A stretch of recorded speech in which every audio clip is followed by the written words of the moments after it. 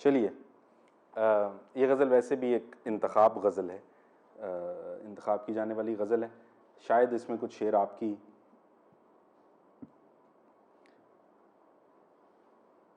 یہ سوچ رہا ہوں غزل پڑھنے سے پہلے کہ اس کے لفظ اگر آپ نے پوچھ لیے تو میں کدھر جاؤں گا.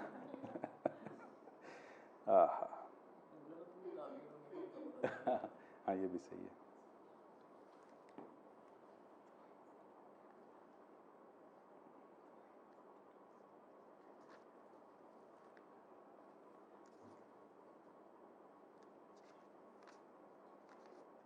چلیے میں اب اس انتخاب پہ یوں ہی کچھ غزلیں پڑھتا ہوں، دیکھتے ہیں کہ کیا صورت بنتی.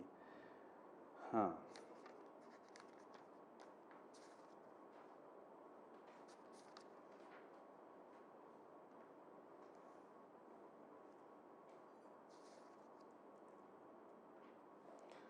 ذکر اس پری وش کا اور پھر بیاں اپنا، بن گیا رقیب آخر تھا جو رازداں اپنا. میں وہ کیوں بہت پیتے بزم غیر میں یا رب، آج ہی ہوا منظور ان کو امتحاں اپنا. منظر ایک بلندی پر اور ہم بنا سکتے، عرش سے ادھر ہوتا کاش کے مکاں اپنا. دے وہ جس قدر ذلت ہم ہنسی میں ٹالیں گے، بار آشنا نکلا ان کا پاسباں اپنا. درد دل لکھوں کب تک جاؤں ان کو دکھلاؤں، انگلیاں فگار اپنی خامہ خوں چکاں اپنا. گھستے گھستے مٹ جاتا آپ نے ابس بدلا، ننگے سجدہ سے میرے سنگ آستاں اپنا. تا کرے نہ غمازی کر لیا ہے دشمن کو، دوست کی شکایت میں ہم نے ہم زباں اپنا. ہم کہاں کے دانا تھے کس ہنر میں یکتا تھے، بے سبب ہوا غالب دشمن آسماں اپنا.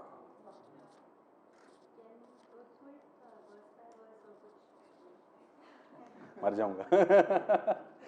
ابھی کچھ کرتے ہیں کہ کچھ مشہور اشعار ویسے سن لیجئے کہ آہ کو چاہیے ایک عمر سر ہونے تک، آہ کو چاہیے ایک عمر سر ہونے تک، کون جیتا ہے تیری زلف کے سر ہونے تک. عاشقی صبر طلب اور تمنا بے تاب، دل کا کیا رنگ کروں خون جگر ہونے تک. ہم نے مانا کہ تغافل نہ کرو گے، لیکن خاک ہو جائیں گے ہم تم کو خبر ہونے تک. پرتو خور سے ہے شبنم کو فنا کی تعلیم، میں بھی ہوں ایک عنایت کی نظر ہونے تک. یہ بتا دیتا ہوں خور جو ہے، ہاں اس کو کھول لیتے ہیں. خور جو ہے وہ خورشید کا شارٹ فارم ہے، سورج کا. پرتو اس کی ایک کرن ہے، ایک جھلک ہے. تو پرتو خور سے ہے شبنم کو فنا کی تعلیم. تو جو شبنم ہے ایک جھلک سورج کی پڑی اور فنا ہو گئی. پرتو خور سے ہے شبنم کو فنا کی تعلیم، میں بھی ہوں ایک عنایت کی نظر ہونے تک.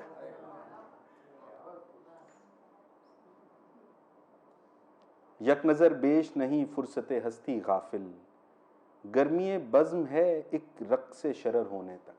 اب اتفاق سے یہاں پہ بھی ربط نظر آ رہے ہیں ان شعروں میں کہ اس میں آگ کے ذریعے فنا ہو رہے تھے، اس میں ایک رقص شرر کے ذریعے فنا ہو رہے ہیں. تو غزل کے اشعار میں ایک تسلسل کی جو مثال جو ہم پہلے دیکھ رہے تھے، اور پھر اتفاق سے میں نے یوں ہی یہ غزل اٹھائی. اب مقطع سن لیجئے. غم ہستی کا اسد کس سے ہو جز مرگ علاج، شمع ہر رنگ میں جلتی ہے سحر ہونے تک. تو ایک جیسے شعر نہیں ہے لیکن ایک خیال کا تسلسل نظر آتا ہے. گر تجھ کو ہے یقین عجابت دعا نہ مانگ، یعنی بغیر یک دل بے مدعا نہ مانگ. اگر آپ کو یقین ہے کہ آپ کو جواب مل جائے گا تو پھر دعا کیوں مانگتے ہیں؟ پھر کیا مانگنا رہ گیا؟ یعنی بغیر یک دل بے مدعا نہ مانگ. مانگنے والی ایک ہی چیز ہے کہ دل بے مدعا مانگ لیجئے. گر تجھ کو ہے یقین عجابت دعا نہ مانگ، یعنی بغیر یک دلے بے مدعا نہ مانگ. یہ شوخی. آتا ہے داغ حسرت دل کا شمار یاد، مجھ سے میرے گناہ کا حساب اے خدا نہ مانگ. آپ گناہ کا حساب مانگ رہے ہیں، مجھے وہ سارے یاد آ جاتے ہیں جو کر نہیں سکا. آتا ہے داغ حسرت دل، دل میں حسرت کے جو داغ رہ گئے ہیں ان کا کاؤنٹ یاد آتا ہے مجھے. آتا ہے داغ حسرت دل کا شمار یاد، مجھ سے میرے گناہ کا حساب اے خدا نہ مانگ. اسی طرح کا غالب کا ایک اور شعر ہے کہ ناکردہ گناہوں کی بھی حسرت کی ملے داد، ان کردہ گناہوں کی. یا رب جو سزا، میں ایک لفظ بھولتا ہوں، شاید سامنے آ جائے. سو وہ تو ناکردہ گناہوں کی حسرت کی جزا مانگ رہے ہیں. وقت ہوا چاہتا ہے ہم ایک آدھ شعر یا غزل اور پڑھتے ہیں. یہ بھی غالب کی مشہور، بڑی، انتخاب کے قابل اور نمائندہ غزل ہے، آپ سب نے سن رکھی ہوگی. اور یہ بھی بڑے مزے کی بات ہے کہ غالب کی اکثر غزلیں آپ نے اگر پڑھی نہ بھی ہوں تو گائی ہوئی سنی ہوں گی. جیسے جس غزل کو آج ہم نے پڑھا، مدت ہوئی ہے یار کو مہماں کیے ہوئے، بہت سے لوگوں نے گائی ہے، مہدی حسن نے، اقبال بانو نے، لیکن اگرچہ اس کا ٹیمپو تھوڑا تیز ہے، لیکن نور جہاں نے بھی بہت اچھی گائی ہے.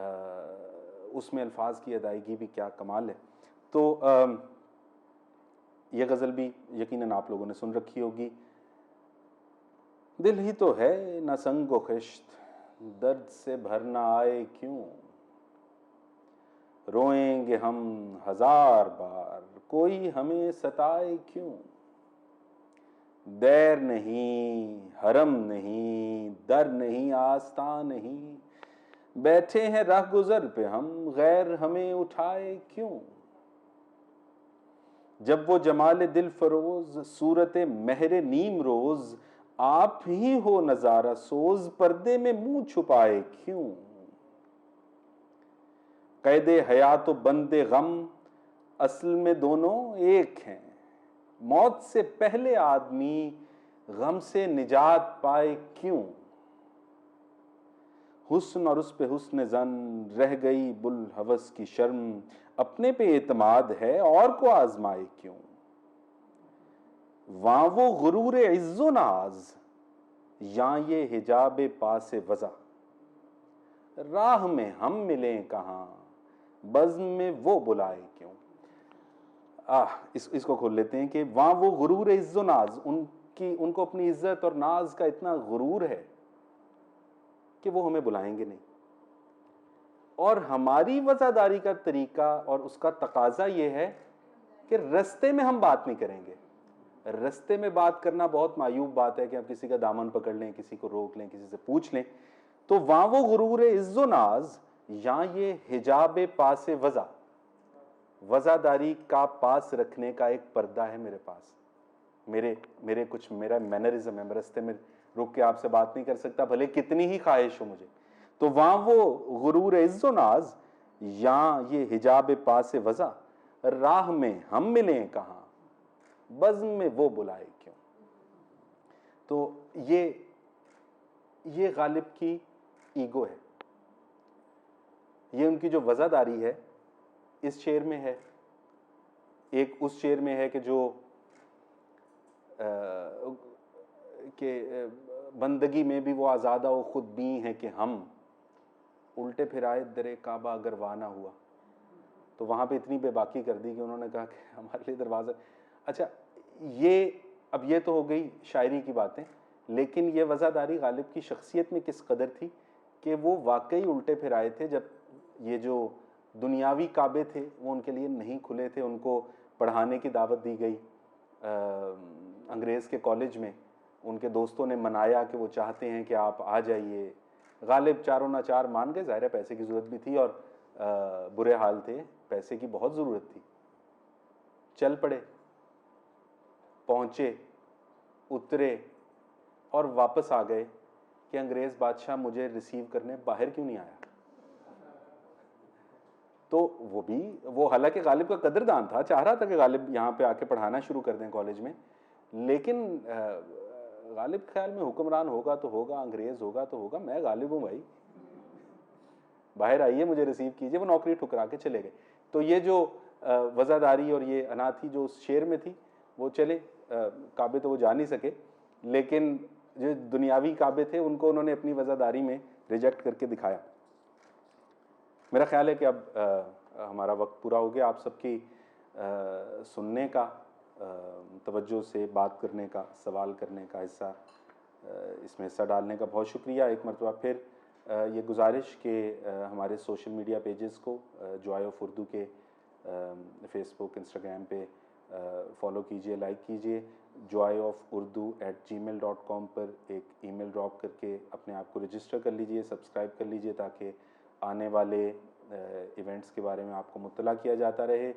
اور آخر میں ایک مرتبہ پھر شکریہ ہست و نیست کا اور اس جگہ کا کہ جہاں پر ہم سب کو بیٹھنے کا موقع ملا اور یہ نشست منعقد ہوئی. Thank you very much. اللہ حافظ.